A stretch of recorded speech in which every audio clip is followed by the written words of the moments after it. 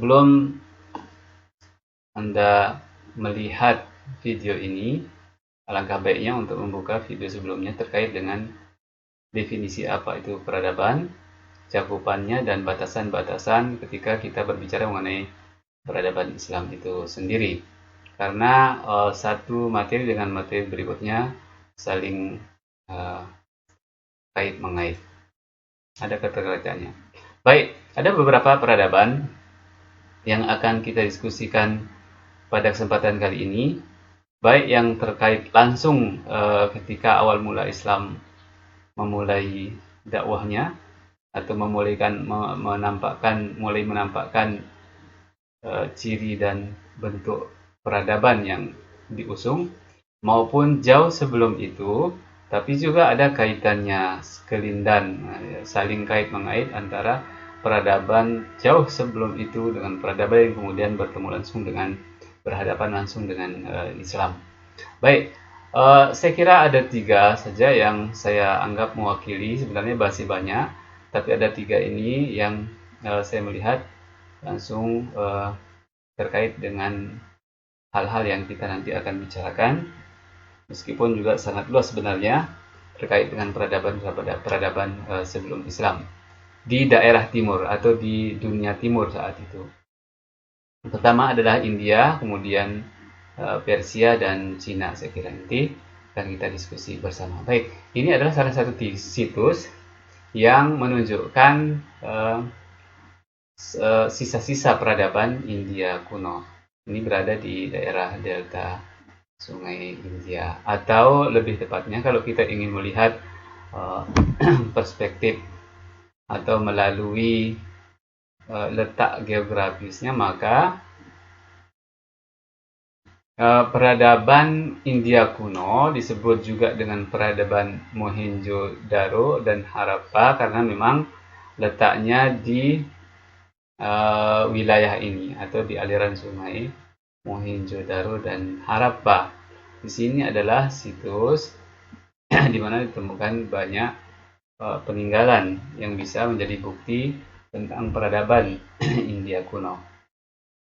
Peradaban India kuno disebut juga dengan Indus River atau Hadaratu Nahr Al-Hind, ya, Al-Hind. Cina, kalau kita lihat di sini ada Pakistan, Afghanistan dan seterusnya. Kemudian padang pasir, lalu ada di sini Nepal, kemudian di timurnya Cina. Karena itu peradaban India juga sangat banyak dipengaruhi oleh peradaban Cina.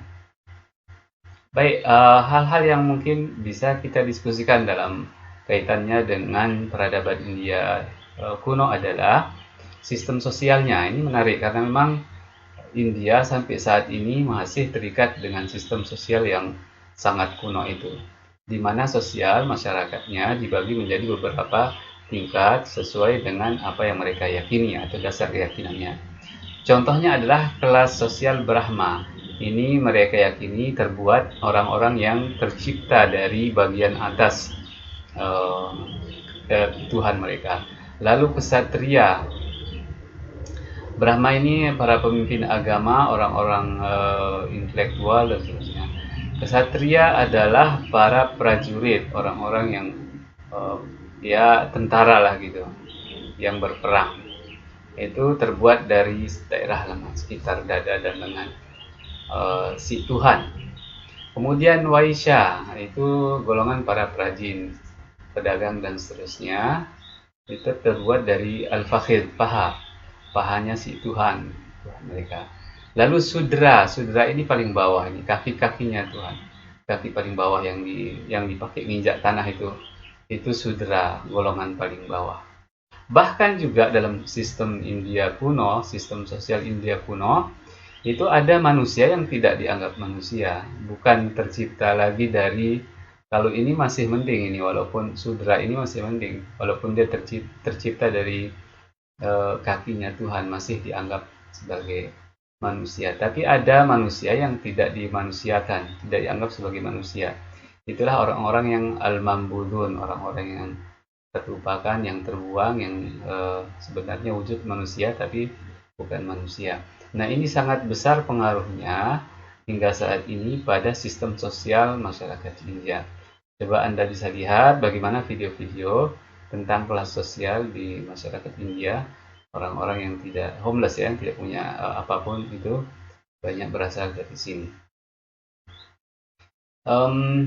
Sistem kepercayaan, ya, keyakinan, kepercayaan masyarakat India kuno, kepercayaan bangsa kuno bersifat politeisme, menyembah banyak Tuhan, meskipun kemudian ada klaim juga bahwa sebenarnya mereka adalah monoteisme, hanya mengakui Brahma sebagai Tuhan. Tapi dalam pandangan kajian tentang ketuhanan, agama India itu atau sistem kepercayaan masyarakat India kuno itu dikategorikan sebagai digolongkan kepada politeisme, percaya banyak Tuhan. Karena mereka menyebut banyak hal terkait dengan dewa, misalnya ini nama-nama yang sudah diadopsi ya menjadi bahasa Indonesia karena memang berasal dari bahasa Sanskerta. Misalnya dewa Pertiwi, ya, Pertiwi itu bumi, Surya matahari, Bayu itu angin, Baruna laut, Agni dewa api. Ini banyak kita temukan di bahasa Indonesia kaitannya dengan angkatan bersenjata. Misalnya nama-nama kapal dan seterusnya, Bayu dan seterusnya. Ini juga menjadi kosakata bahasa Jawa ya, banyak ditemukan. Baik, ilmu pengetahuan, hal yang perlu yang dunia akui sebagai bagian tak terpisahkan dan menjadi kontribusi India ya, masyarakat India sejak kuno adalah masalah di bidang at-tibb, kedokteran, kemudian ar-riyadhiyat, kemudian al-falsafah, filsafat, dan al-falak, ilmu perbintangan, kedokteran, matematika, perbintangan, dan filsafat. Tentu filsafat di sini terkait dengan keyakinan mereka tentang bahwa manusia itu atau Tuhan itu sifat dan bentuknya seperti ini dan seterusnya. Misalnya saja di bidang ar-riyadhiyat. Ini yang kita kenal sekarang dengan angka India itu sebenarnya adalah angka Arab ya, yang kita kenal sekarang sebagai angka Arab sebenarnya adalah angka India.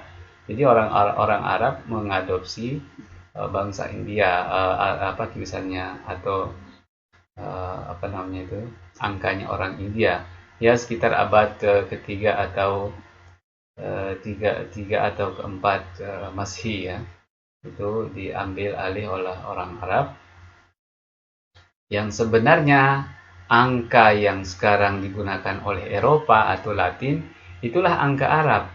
Itulah angka Arab. Bagaimana ceritanya itu nanti akan kita bahas sekilas. Itu pada abad ketiga dan kelima Al-Miladiyah itu terjadi transfer atau akuisisi lah gitu. Yang tadinya adalah murni berasal dari India, lalu karena lama-kelamaan diadopsi oleh orang Arab, lama-kelamaan diyakini di angka Arab, sebenarnya bukan. Baik, ketika kita mengkomparasikan misalnya antara angka Arab dengan angka India, maka bentuknya adalah seperti ini. Ini angka Arab asli yang menjadi angka Latin, jadi trade-nya Latin. 1, 2, 3, ini sesuai dengan banyaknya sudut ya. 1, 2 berarti 1, angka 1, 2 sudut berarti 2, 3 berarti menunjukkan 3, nilainya 3 dan seterusnya sampai 9. Ini bentuk 9, 1, 2, 3, 4, 5, 6, 7, 8, 9. Masing-masing ada sudut-sudut. Nah, 0 ternyata dari sejak jauh sebelum itu, walaupun sudah digunakan sejak kuno oleh India, bangsa India itu belum punya nilai apa-apa. Jadi konon bahwa untuk menunjukkan ketiadaan nilai atau angka itu hanya digunakan spasi. Awalnya tidak ada lambang. Ketidakadaan lambang itulah ya 0 itu. Lalu muncul misalnya dengan menggunakan hanya titik. Ya, titik gitu sebagai ganti dari spasi.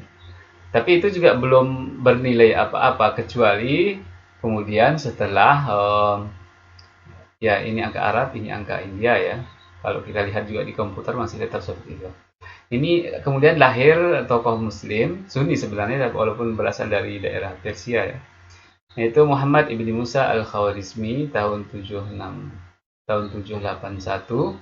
itu yang kemudian memberikan, bukan penemu bukan penemu dalam arti bahwa dengan lambangnya segala, enggak, bahwa ada lambangnya cuma nilainya yang kemudian diberikan oleh Al-Khawarizmi, di mana 0 di sana menunjukkan satu nilai tertentu. Ketika misalnya dimulai dari awal atau itu tidak menunjukkan apa-apa, kosong, seperti yang kita pahami. Ketika kemudian digandengkan dengan kata setelahnya, misalnya 10, 20 dan seterusnya, maka ada nilai yang diberikan dengan menggunakan lambang 0 ini, baik satu maupun lingkaran seperti ini. Misalnya saat kita menaruh angka 1 di depan, lalu angka 0 berikutnya, maka itu menunjukkan 10. 2 berarti 100. Kalau 2 bersama 10 berarti 20 kan, seperti itu. Kalau 3 bersama 1 berarti ya 1000. Itulah yang diciptakan ya, yang kemudian diinovasi oleh Muhammad ibni Musa al-Khawarizmi. Inilah yang menjadi juga saham itu kontribusi dunia Islam terhadap angka atau matematika. Baik, lebih cepat lagi kita akan diskusi terkait dengan hal yang terkait dengan peradaban India kuno, misalnya tata letak kota dan kelola perkotaan, misalnya kampung dengan jalan rapi, fasilitas umum ada, tata letak dan tata kelola kota yang teratur, memperhatikan aspek keindahan dan kesehatan. Tapi kalau kita lihat nyatanya realitas masyarakat India sekarang, jangankan di pedesaannya, di kabupatennya, di ibu kotanya itu dikenal sebagai kota, termasuk salah satu kota terjorok, padahal di sana hidup orang-orang seperti bintang-bintang Bollywood. Orang misalnya buang hajat sembarangan pagi hari, tidak ada WC. Ya, belakang ini kemudian setelah ada kerjasama dengan atau pengaruh dari Inggris, itu mulai ada, bahkan PBB juga ikut turun tangan untuk membenahi aspek ini ya, sanitasi, keindahan dan kesehatan masyarakat kota. Nah, di bidang pertanian dan perdagangan, secara umum bahwa masyarakat India kuno itu merupakan peradaban air ya, atau budaya air yang dimana kehidupan itu ada semua kaitannya dengan air atau jalur sungai. Tapi secara umum irigasi, bagaimana pertanian, perdagangan itu dipengaruhi banyak oleh sistem pertanian Mesopotamia sebelumnya di daerah utara ya, daerah Irak sekarang, Babilonia dan seterusnya. Baik, kemudian